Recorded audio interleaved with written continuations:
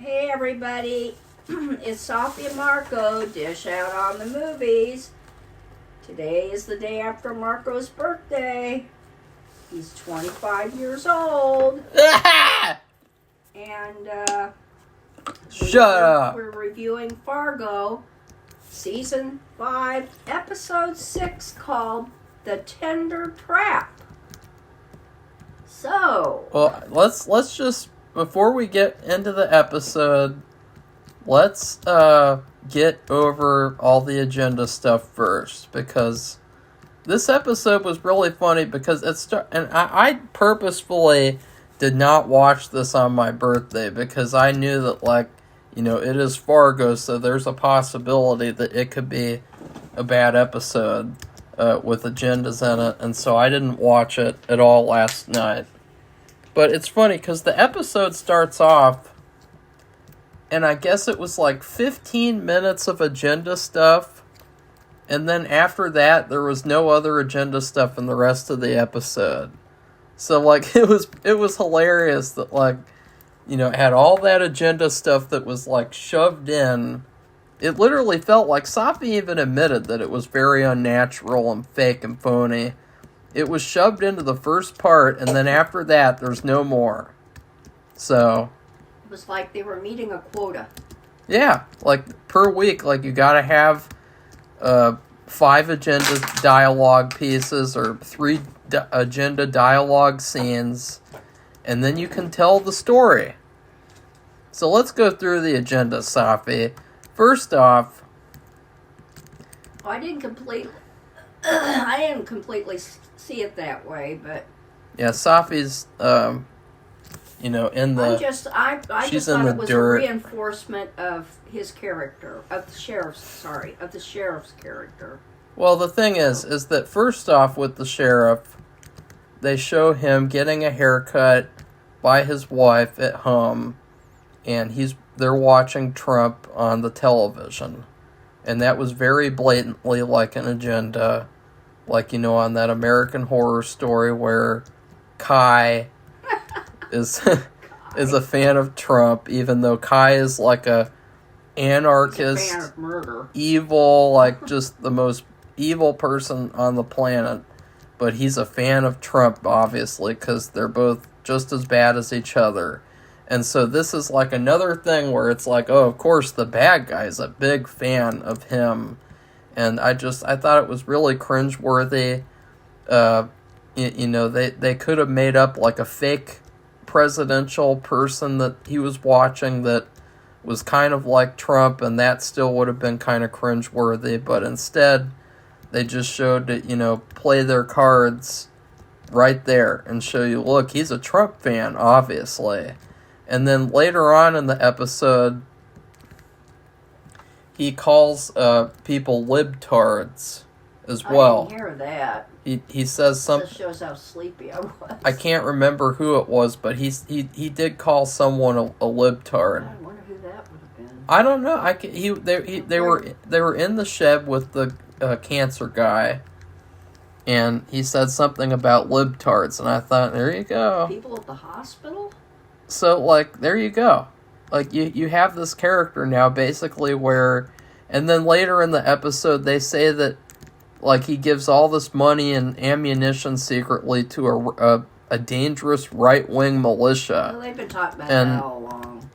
But the thing is, though, is that he's supposed to be a libertarian. He's not. I'm telling... The audience thinks that what I'm saying is because I'm biased or something. Someone said something really retarded last week about... I don't know, but, this character is supposed to be a libertarian. He's not a libertarian. And he's not at all. He's not. He's not anything. He just does whatever he wants to do. Yeah, he does not go under any category of anything. That's not a libertarian. Well, but it doesn't matter. He's not even a Republican. He just says, this is what I'm saying. He just says that because he thinks, for some reason, he thinks he falls into that category, but he doesn't. He isn't anything. I don't know. It feels like the writers think that he is like all those people. No. And they're trying to say that this is what all these people are like.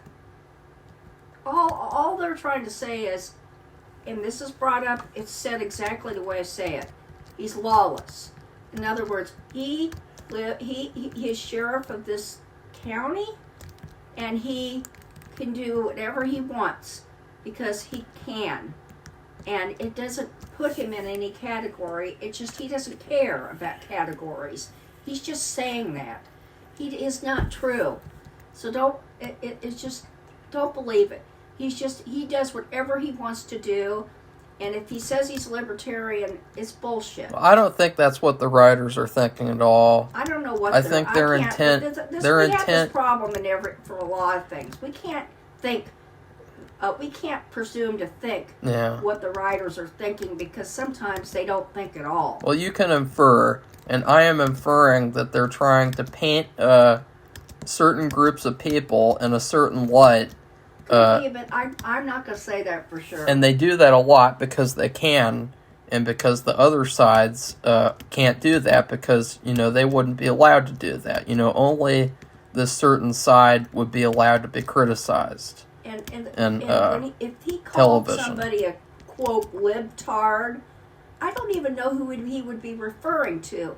Because if you really... Watch the episode! Well, if you look at all the characters, but for real... If you look at all the characters in the season, there isn't anybody who is overly, quote, liberal. They're just living and surviving. And I wouldn't call posting your family in a Christmas photograph with everybody holding an assault rifle a libtard. Because but they're painted as bad guys as well. But they are. She's a predatory lender. I would say that and that's another thing. I don't know if we mentioned this last week. I would say that her character is just as evil as John Hamm's. I think you did. Okay, say it that's again good. Anyway. Well, I just want to make sure I say that because, they are both the same amount of evil. Like, just because he beats on women... That's one kind of evil, but she's another kind. She's a predatory lender. Yeah. So, she's screwing people over. She affects... Good people over by taking advantage of their debt problems. She affects more people than him. He doesn't... Well, yeah, that's true. The actions that he does doesn't affect as much people as she does. So she can affect people nationwide. Like they don't have to live in a certain county. That's the thing. He's only sheriff of this specific county. He can't even handle doing this mission. He's been failing the whole season. He's hardly done anything effectively. And so he's not even really as dangerous as her. Well, the thing is, he's gotten so full of himself, and he's looking at Dot as if she was how she was over 10 years ago. Well, she's changed, and she's standing up for herself and her family, and he doesn't understand that part of her because he doesn't know that. People can change within a decade, and she's changed. Well, let's talk about the other agenda part, which Safi admitted that it was very unnatural feeling. Well, it was very ugly. Indira, Safi? Okay, well, she's the sheriff or the cop. Well, I would say so far, I would say she might be the second best character now because she is at least willing to bend the law for good reasons. And she doesn't really have much bad about her character. She's gotten a little bit better. I still wonder, where the fuck is that black guy? Because, Well, he wasn't in there either, but I think he'll be in the next episode. His character is just completely, sidelined. And I felt like he was going to play a much bigger role in the season. And he's a good character, so I wish they would but I know he will because I remember when they showed scenes from coming up, that they showed him in something else, and we haven't seen that yet in an episode. Yeah, I haven't seen that. So, in Indira's house, I will say one of the funny things of the episode was that the husband was He's a sleeping. dipshit. He was sleeping in the garage. Which I didn't and understand that. It was hilarious that, like, I guess he was practicing all night or something, and the weirdo. I mean, he complains that his wife doesn't want to sleep with him whenever he wants, but then he doesn't even take the opportunity to sleep with her at all. Like, what a weirdo. And so he is a weirdo, and he went off on no, but we're not to that yet. I'm trying to say something something funny is that he wakes up and the garage door opens and the school bus arrives and all the kids laugh at him on the school bus because he's in his underwear, his boxer shorts. That was really funny. Yeah, and he got all upset about it. Well, it's nobody's fault but his own.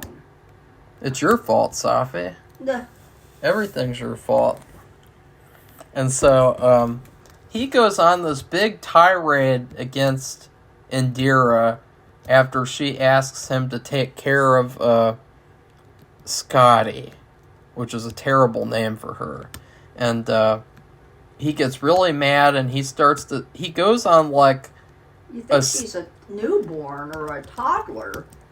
She's very capable, and he really didn't have to do much at all. As I was saying, he goes on like a stereotypical sexist man rant about like how he wants her to be his perfect wife and be his cheerleader and do this and do that and get in the kitchen and make sandwiches, and it was just like the most inauthentic, like fake, superficial, like monologue I've seen the whole year, because it just felt like agenda.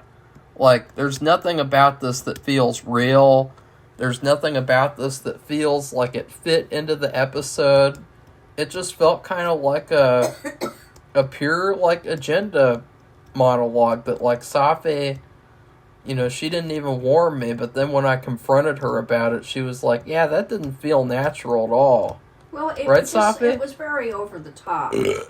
I could see him saying a few of those things. Yeah, a few of them. Not that she deserved them. Yeah. Because he's just a witless character who is so selfish and disgusting that just all that, it was like it was like a planned speech, and where he would say everything despicable you could ever think of. And I don't even know if he's smart enough to think of all those despicable things. Well, it's just weird, in other too. Words, like, the writers contrived it up a bit. It was very contrived. To make it very... Over the top. Over the top. Stupid. And, you know, he says something about, like, he's complaining that she won't take the birth control pill because it causes her... blood clots, and it's like, that's stupid. If somebody knew that would happen, they wouldn't be complaining that she couldn't use that. That's another stupid thing that's like, I even think like the most sexist man in the world would not complain about that if he knew that it would cause the woman blood clots. So I thought that was... can happen. I thought that was bullshit. So there's just stuff like that, and it went on for like 5 minutes. Yeah, it was like he just went. Blah, blah, blah, blah. I was like, oh look, it's some like feminazi writer getting out her like feminine rage, as American Horror Story said. I think a man did the. I'm not sure. Really? They said who did the writing, and I can't remember. Well, then it has to be a soy boy, which is just as bad. Maybe you should. Maybe you can check it. They said it. I will Somebody check. said it. And they even said what other things they have written or done before. So do you like that part, Safi? Because we're just... Well, as soon as we're done talking about this, we can move on to the actual story. Okay, well, I thought it was over the top, but it revealed more about his character. Oh, it was written by a man. Told you. Ew. Told you. But anyway, there's no picture of him, so we can't really see how much of a soy boy he really is. Well, oh God! He might be related to the designer family. He wrote the Umbrella Academy. Ugh. Let's look him up. So anyway, just revealed, we really didn't know his character that much. We just saw that he was constantly practicing golf. He spends money he doesn't have. He doesn't have a job. He's the husband. They're in terrible debt. She's working double shifts. Yeah, he looks like a soy boy, for sure. They're working double. Wait, that's not him. That's a pilot. She's working double shifts so they can not be kicked out of their house to pay the mortgage. I guess it's a boomer. It's like a boomer who looks like that's a huge surprise to me. A boomer writing agenda crap? That's pretty embarrassing. Anyway. I guess he's struggling with white guilt or something. I don't know. He's probably going through a crisis and he doesn't have any other ways to take it out other than to write bad television episodes. Anyway, this just shed light on their relationship. Yeah. Where they're probably not going to last much longer. No. And then you also wonder how they got together in the first place. Well, that was another issue, was that it was like they have no chemistry at all. At all, in any way, shape, or form. And you wonder, like, how did they ever even get married? Like, they don't have any sort of chemistry at all. Like, even in the early episodes, it felt like, I hope we see a little more of them because there's nothing to them that feels like real at all. Well, it could be that we will not see really much of him in the rest of the episode. I don't know. The season. I think we have to conclude the story, at least. Yeah, but he said his piece, and she's going to make a decision about her future, which we'll talk about in a bit. Yeah. And so that will impact their relationship and him, because she is not going to be completely responsible for that debt. He is going to be partially responsible. So if they get a divorce, he's going to have to get up off his ass and do something instead of standing there playing golf all night. And they also, in the garage, there's an expensive drum set. They have every drum of a drum set and more, and then some. That he was going to be a famous drummer or something. And he gave that up really fast. Because Scotty, when he finally leaves for the day to go to get, I don't know, was he getting physical therapy? And Marco and I think he's having an affair. She plays the drums, and she does it to keep herself occupied. And I thought that was one of the better parts of the episode, because she did a pretty good job. She did. So I wonder if she got some lessons or something, because it was really good. Well, maybe they hired her because she was good at playing the drums. Could be. For that scene. I don't know. But now let's get to the story, because we've gotten over the agenda stuff, and now we can get to the story. So, story time! Safi? The man and the woman, and what happened? Well, Indira asked her husband, "Can you just watch her for a while?" And he says, "I don't know what to do, like a dip, what." And she said, "Figure it out. You're an adult." But of course, he doesn't. He just left her. But anyway, she will have to go to the hospital because she wanted to find out what was going on the day before. And the day before, that means that guy was taken from the hospital. And then Dot was seen in the hospital, the FBI, and then she finds out the FBI was there. And they were talking to Wayne, because remember Wayne, Dot had switched the nameplates on the door of Wayne's door and that other patient's door, so it looked like the other guy was Wayne, and that's why they took him. So she saved her husband. He could have been dead. No, she didn't. She didn't? No. She switched the nameplates. She endangered a man's life. And she didn't. And she didn't tell the FBI agents that were right there.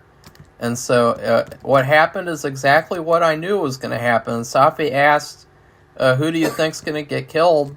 And I just thought it was pretty obvious and predictable that it would be the cancer guy. And that's exactly what happened. And then, you have people like Safi, and they defended her doing that. And, people like Safi, they said, he deserved it because he was mean. So No, he deserves to get killed. I don't think he deserved to get killed. Yeah, you did. You said he's mean, so he deserved it. He was a jerk. But So what? He's just a bad patient. That's all. Well, we know about bad patients. He has intestinal cancer. I mean, it's pretty. I don't know what he has. He hasn't. They said that. They said they're going to take like 10 feet of intestine out. Like, so he has something to be pretty upset about. So. Well, he was supposed to get anyway. When she goes over there, God is supposed to have surgery. And these men came. We saw them. They're with the sheriff, and it was also his son. What's his name? And they told them that they're his family, and they were taking him out of the hospital. And so that's what the nurse told her. So she figures out what happened. And then she finds out the FBI is downstairs, and they're interviewing Wayne. And she's like, oh, my God.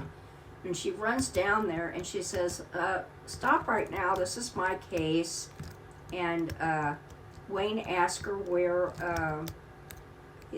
Dot is. And, she doesn't know. She doesn't know where she went. But she doesn't tell him about Scotty either. And then, and his dad is there, too. And he's kind of a weirdo. And then, before she came, though, the FBI told Wayne that who Dot, what her past was. Well, I really hope that her character gets held accountable for sentencing that guy to death. The guy with cancer, because like her character, that action brings the likability to her character down like 5 whole points. Because like I don't care like if she's doing it for my family or not. She got an innocent person killed because she didn't alert the FBI agents that were standing right in front of her. So I'm really like upset about that, and I feel like if you aren't, then there's something wrong with you. I don't know, because I'm trying to figure out how it would have played out. They would have arrested those guys, or if they tried to shoot them, they would have had a shootout. And then it would be all over the news, and it would all be over because they, those people would end up in jail regardless. Like the people who came there to kidnap him, it would have all been over. They could have done a lot more with that. Yeah. There would have been a lot. So that would have been interesting, actually. Yeah. So because of her actions that led him to get kidnapped. Safi. I don't know. I think she just doesn't trust. She just doesn't know who to trust. Well, I mean, they're FBI agents with guns, so they're not very good. Yeah, but that doesn't matter. Well, she can tell. She's been through this before. Don't you understand? She was that doesn't beaten matter up for who knows how long. That doesn't matter. And nobody helped her. That's still not an let excuse. Him get away with it. That's still not an excuse for her actions. Pictures of her all beaten up, and they're in a folder, which is probably a police file. But the FBI believe her. I don't know. I don't know about them. They're a little bit dipshitty. I don't know. That doesn't matter. That's not an excuse. It doesn't put a good light on. But they're very typical for the real deal. I don't think so. But I think there's good FBI agents that do a good job, but they're not them.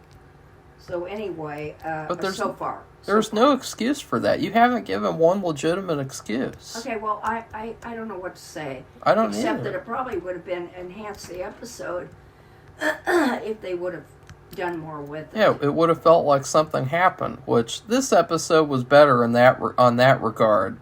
This episode felt like more happened. Well, they kind of do these where they have a setup episode and then a happening episode. A setup episode and a happening episode. They've had like 3 setup episodes in a row. Like hardly anything has happened since the first 2 episodes. And Dot was not even in this episode. Yeah. Which was interesting. And either was the highway patrolman. So anyway. So here we are. So, and Wayne and his father, after they find out about Dot, and he's still kind of messed up because of being zapped. Indira goes with the FBI, and they go talk privately. And then she finds out it's going to be a tit-for-tat thing. They want Dot because they want her to flip on her ex-husband or whatever he is. But, I hate to say it because, I've been paying attention for the last I don't know how many years. If you ask somebody to flip, that doesn't mean they're going to do it, no matter what. So, that's why I'm saying they're not very smart, and they should know that. If you say you want somebody to flip on another person, no matter how bad they are, they're only going to flip if they want to flip. And if they don't, then they're, if they're involved in some kind of criminal thing, they could get in trouble. But if they're not going to get in trouble for anything, why are they going to flip? She just wants to be back with her family, and just stop, stop having to put up with this crap. She's in danger. She's in constant danger. Her family, all the members of her family, even her mother-in-law, and where they live, everybody's in danger from that weirdo sheriff who thinks he is the law of everything, even beyond the county, apparently.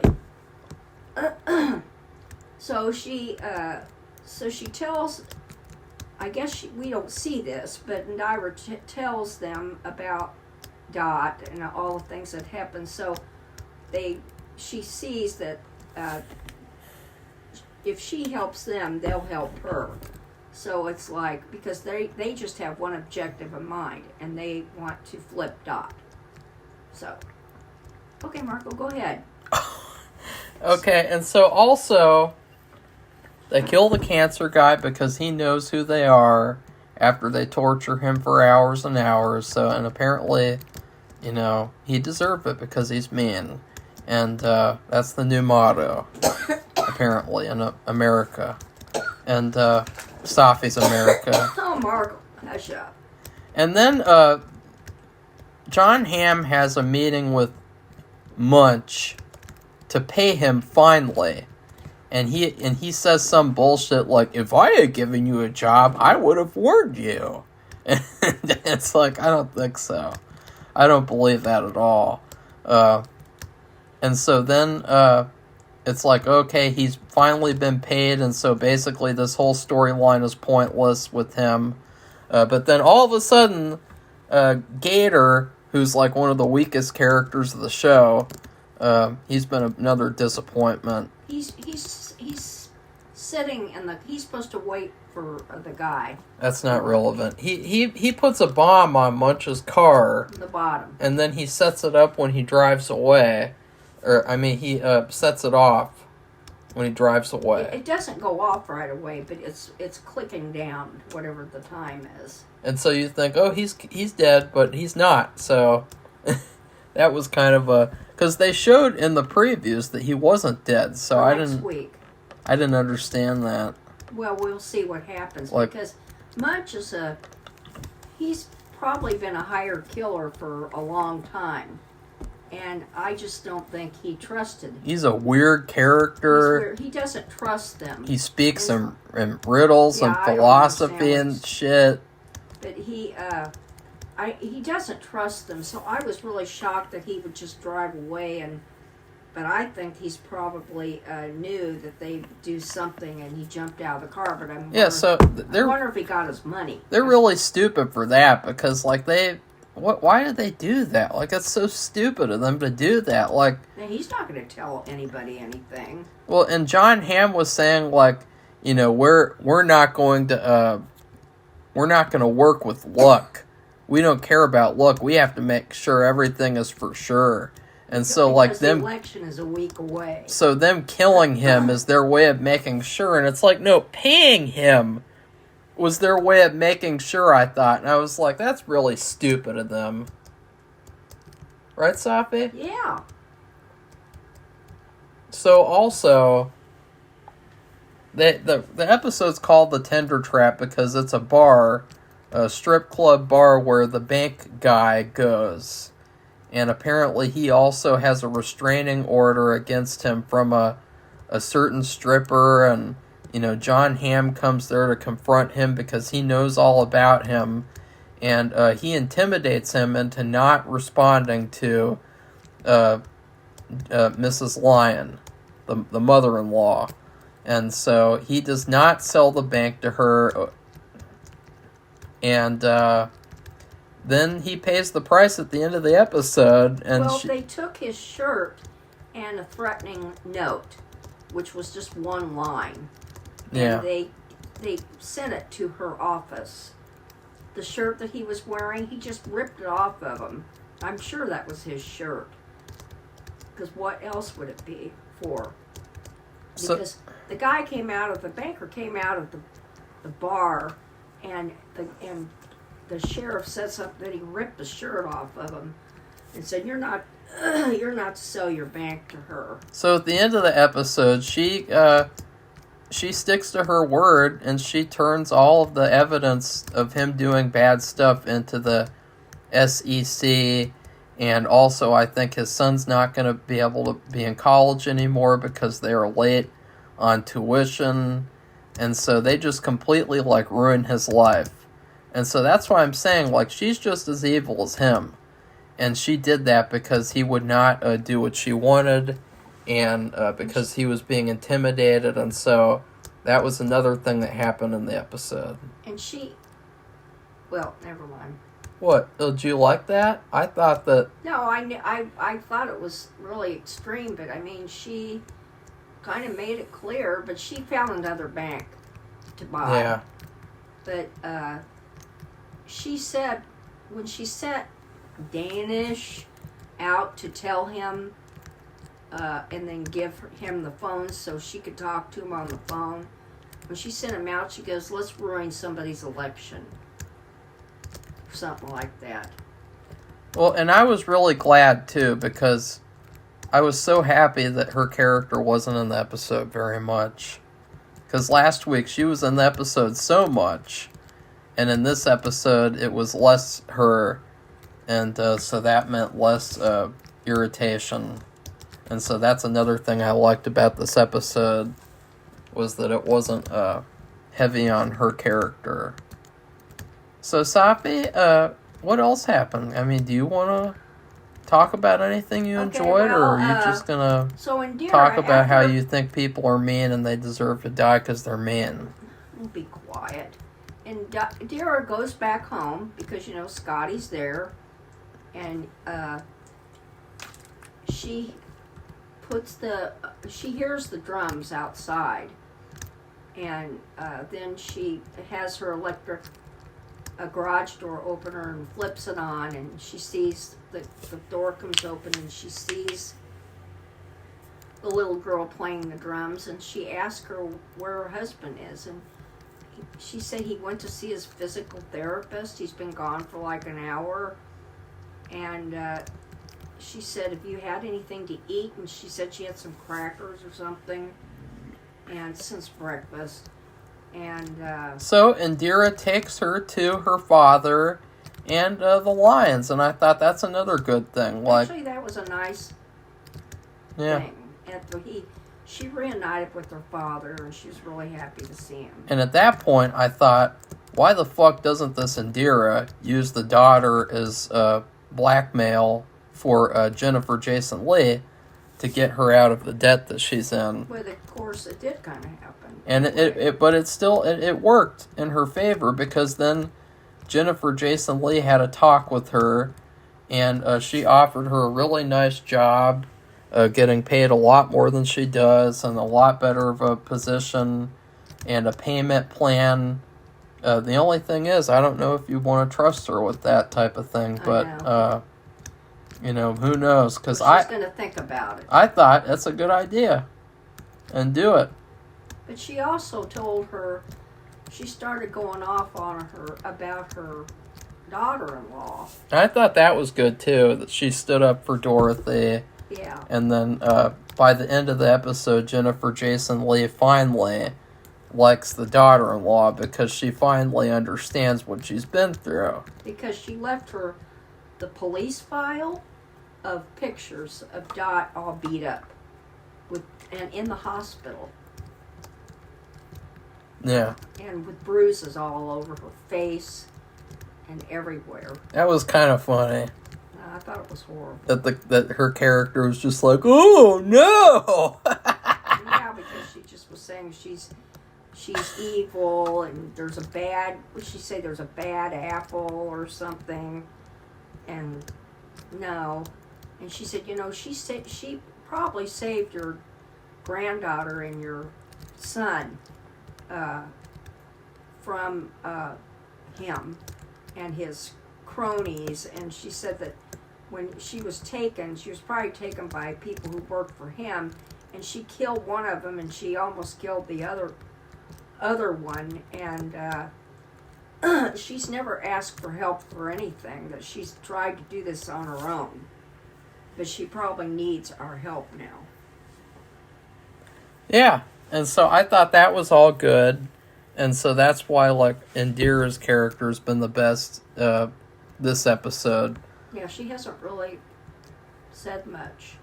The only thing is that I'll say is that there really haven't been very many people who have gotten killed, and this is something that we haven't mentioned, is that, like, you think about season 2, season 1, season 3, even 4.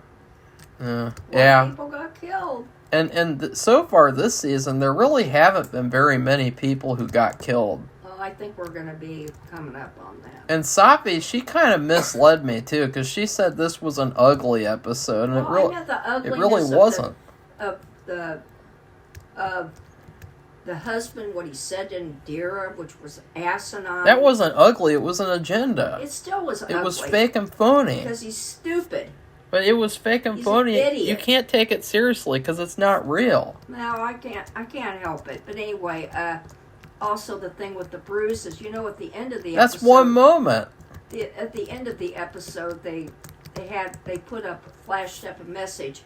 If there's some kind of if you know of a domestic violence issue happening. I think that there's an agenda issue going on in Hollywood that they need to worry about as well. Like, if you know of an agenda that's going on in Hollywood, that you need to call someone too. Because, like, this fucking... We always bring it up, whenever we see it. What? If there's an agenda, we'll say something about it. So, yeah. And so do other people, I have noticed. We're not the only ones. And, a lot of people, though, they pretend like it doesn't exist. And they'll say, I don't see anything there. You're just, you're racist and sexist because you see something there that's obviously not there, even though it is. No, we're not the only ones, because I've been listening, and because I don't really like it, but I'm trying to find sometimes I just can't tell what's happening because it's too dark, and like there's been a couple things I've missed, and so other people have brought it up. And so I'll listen, but we're not the only ones who see these things. So. Well, so anyways, which I'm glad, because I wonder if people are dumb, or they're just so, they're so blinded by other things that they don't want to say, or they don't see it. Well, anyways, there really haven't been very many people who have been killed so far, and that's been something that's been kind of missing from the show, because, it really doesn't have the feeling that things are unpredictable in this season. Even in season 4, even though it was a piece of shit, garbage, fuck, in that season, everything felt like very, very unpredictable. Because the writing was so bad, you didn't know when they were going to kill someone next, because they're such bad writers. You felt like anyone could get killed at any time, basically. But in this season, it's kind of felt like you have this main cast of characters, and they all have this kind of plot armor, because they need to tell this story. And so I felt like in this season, one of the biggest problems, I guess, since we only have 4 episodes left, one of the biggest problems has been that the characters are kind of protected. And I'm really kind of not happy with that, because it leads me to think that there's really not enough to the story, and so they're stretching it out so that these characters do survive, because they don't have much to do, right? What do you think, Safi? No, I just think it's coming soon. And Really? But I'm not. That's why I said I wondered I who's hope going to so. be killed next. I hope so, because like in this episode, the guy that gets killed that you think is going to get killed, and it's all Dorothy's fault, and then at the end of the episode they have like a fake out death that you already know is not going to happen, because you've seen the previews where Munch is there and he's axing someone to death. So like that's not very good. But I would give this, is there anything else? Oh yeah, well, we should also just say John Hamm's character, Roy, he is at home getting a haircut, and his wife cuts his ear on accident. Well, what happened was they showed a commercial of Wayne. It was an auto commercial, and he was selling cars. They have these all the time. You see, even on YouTube, they'll play a car commercial, and you'll see a local car dealer going on about his cars. Or on a football game, the commercials for a football game or something. And they showed a commercial with him. And he could tell that, and he jumped up while his wife, present-day wife, is giving him a haircut, and she nicked him, and he backhanded her. Yeah, he assaulted her in front of her daughters. And it's really funny because, we were talking about how, he likes to do this domestic abuse, but then he killed that other guy for doing that earlier on in the season. Which is weird. And it is really weird, because with the inconsistencies of his character, he said something to the other guy that he killed.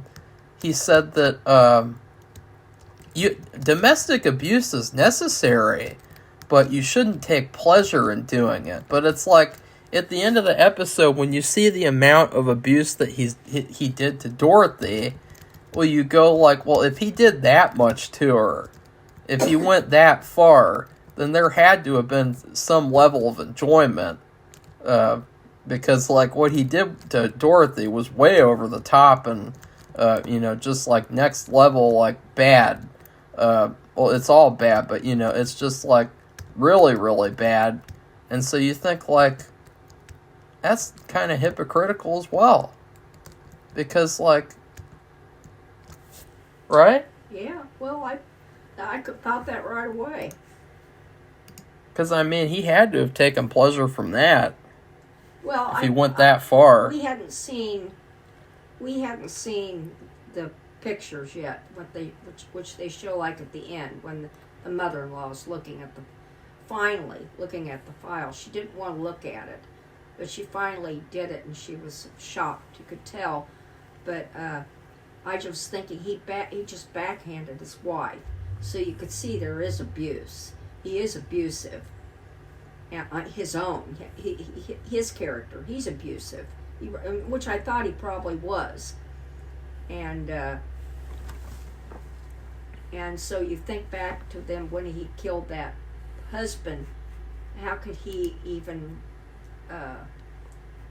kill him for being abusive when he's abusive himself? So yeah, what he did to Dorothy was way worse than what that guy did to his wife. And we don't find out about that until the end of how really, really bad it was. So I thought that was kind of inconsistent with his character, but maybe it's just because he's hypocritical. I don't know. Like, because I don't understand, because, like, he's not a libertarian, and now this thing with the abuse where it's like, oh, you should do it, but you can't take pleasure in doing it. But then, he's a psycho, I Marco. practically beat Dorothy until she was almost dead, and, I didn't... He said that, too, though. I didn't take any pleasure in that, wink, wink, wink. Like, come on. Right, Safi? He implied that. I think when he was talking to Munch, because he said, "What did you call her?" And Munch said a tiger. But he said something about trying to get her in line or something. I can't remember exactly what he said, but you could tell. I mean, who the hell does he think he is? But he doesn't care. He's not anything. He just doesn't care. He's on his own. He's a sociopath. No, you just said he's a psychopath. A psychopath and a sociopath are different things.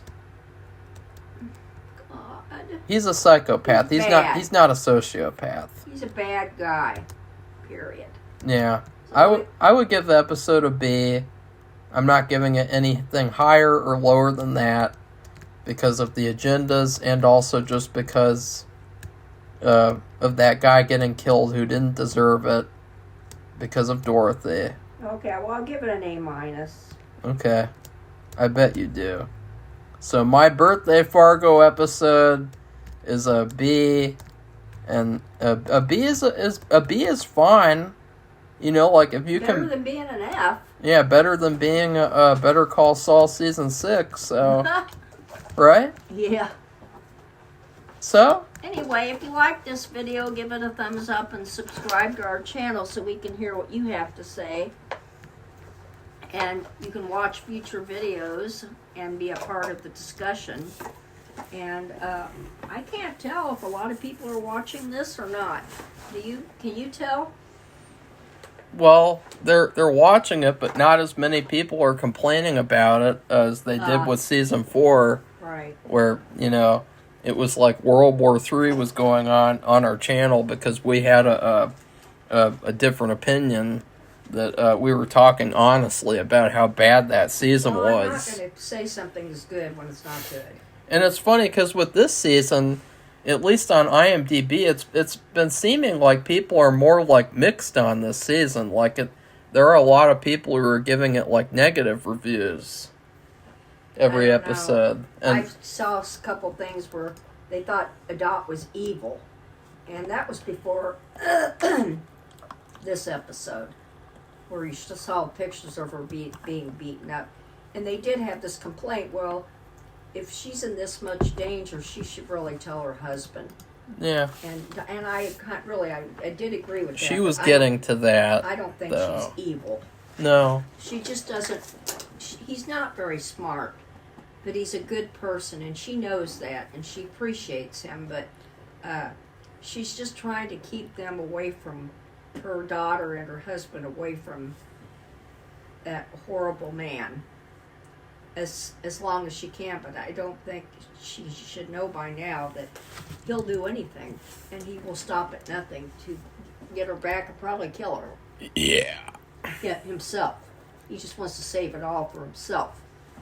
So goodbye, everybody. Bye.